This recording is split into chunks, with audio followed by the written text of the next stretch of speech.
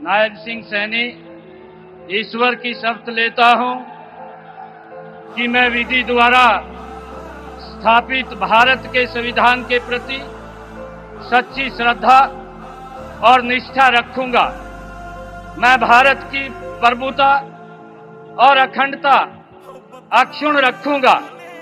मैं हरियाणा राज्य के मुख्यमंत्री के रूप में अपने कर्तव्यों का श्रद्धापूर्वक और शुद्ध अंतःकरण से निर्वहन करूंगा तथा भय या पक्षपात, अनुराग या द्वेष के बिना मैं सब प्रकार के लोगों के प्रति संविधान के और विधि के अनुसार न्याय करूंगा।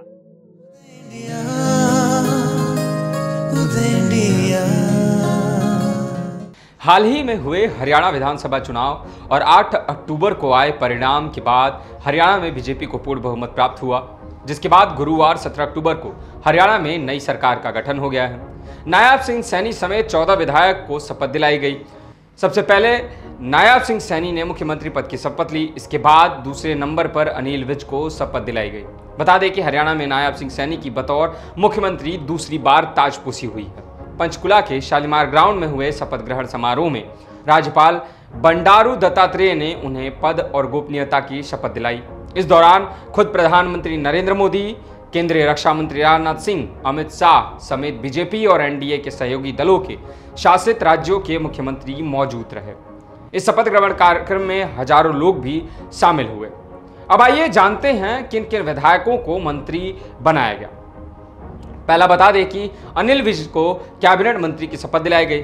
जी हां, नायब सिंह सैनी के बाद अनिल विज ने मंत्री पद की शपथ ली।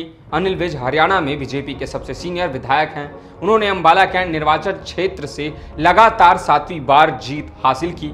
विज मनोहर लाल खट्टर के सरकार में हरियाणा के गृह मंत्री थे।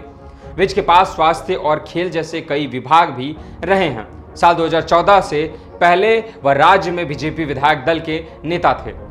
विज पंजाबी समुदाय से आते हैं। वहीं दूसरे नंबर पर कृष्ण लाल पंवार ने कैबिनेट मंत्री पद की शपथ ली।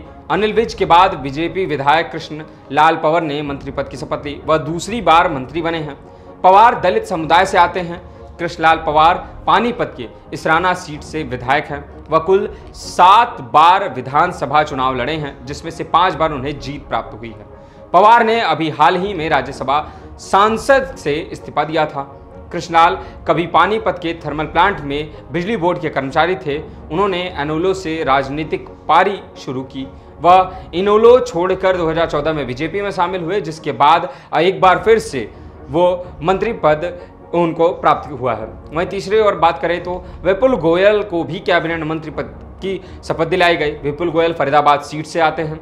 वह वैश्य समुदाय से आते हैं। आपको बता दें कि विपुल गोयल हाल ही में हुए विधानसभा चुनाव में और 8 तारीख को घोषित किए परिणाम में फरीदाबाद जीते हैं और हरियाणा में जीते जाने वाले वोट मार्जिन में वो सबसे अधिक मार्जिन में से एक है।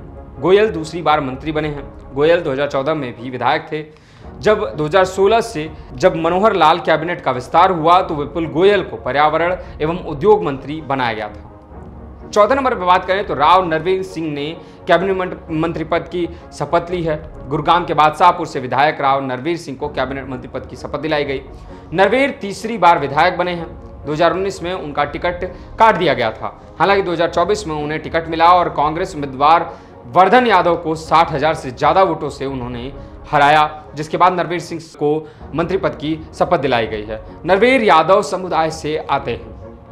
वहीं 5वें नंबर पर महिपाल डांडा का नाम आता है, जिनको कैबिनेट मंत्री पद की शपथ दिलाई गई है। बता दें कि बीजेपी नेता महिपाल डांडा ने भी बीजेपी मंत्री पद की शपथ ली है।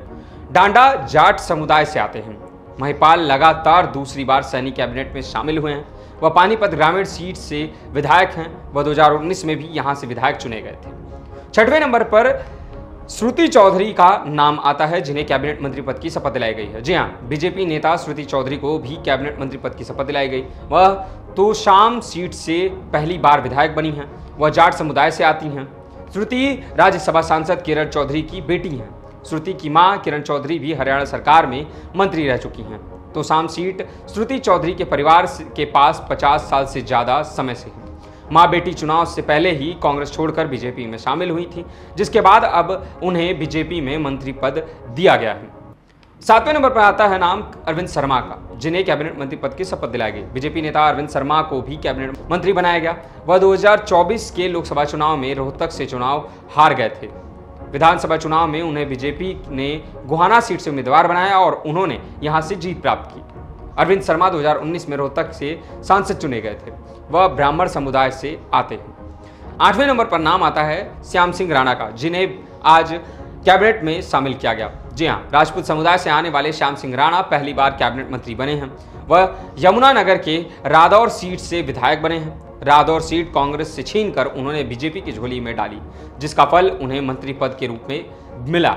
इससे पहले वह 2014 में भी यहां से विधायक बने थे। खट्टर सरकार में वह मुख्य संसदीय सचिव भी बनाए गए थे। 9वें नंबर पर आता है नाम रणवीर गंगवा का। जी हां, रणवीर गंगवा बरवाल सीट से बीजेपी विधायक हैं। वह विधानसभा के डिप्टी स्पीकर भी रह चुके हैं। रणवीर गंगवा 2014 में पहली बार नलवा सीट से विधायक बने थे। वह 3 बार के विधायक हैं, जिसके बाद उन्हें सैनी त्रिमंडल में मंत्री पद की जगह मिली। इसके अलावा कृष्ण कुमार बेदी, आरती यादव, राजेश नगर, गौरव गौतम को भी सैनी मंत्रिमंडल में जगह मिली और उन्हें भी मंत्री पद प्रदान किया गया है। तो दोस्तों, यह थी खबर हरियाणा के नए मंत्रिमंडल के विस्तार की और उनके गठन की। हरियाणा से जुड़ी और भी खबर के लिए देखते रहें उदय इंडिया डिजिटल को। धन्यवाद।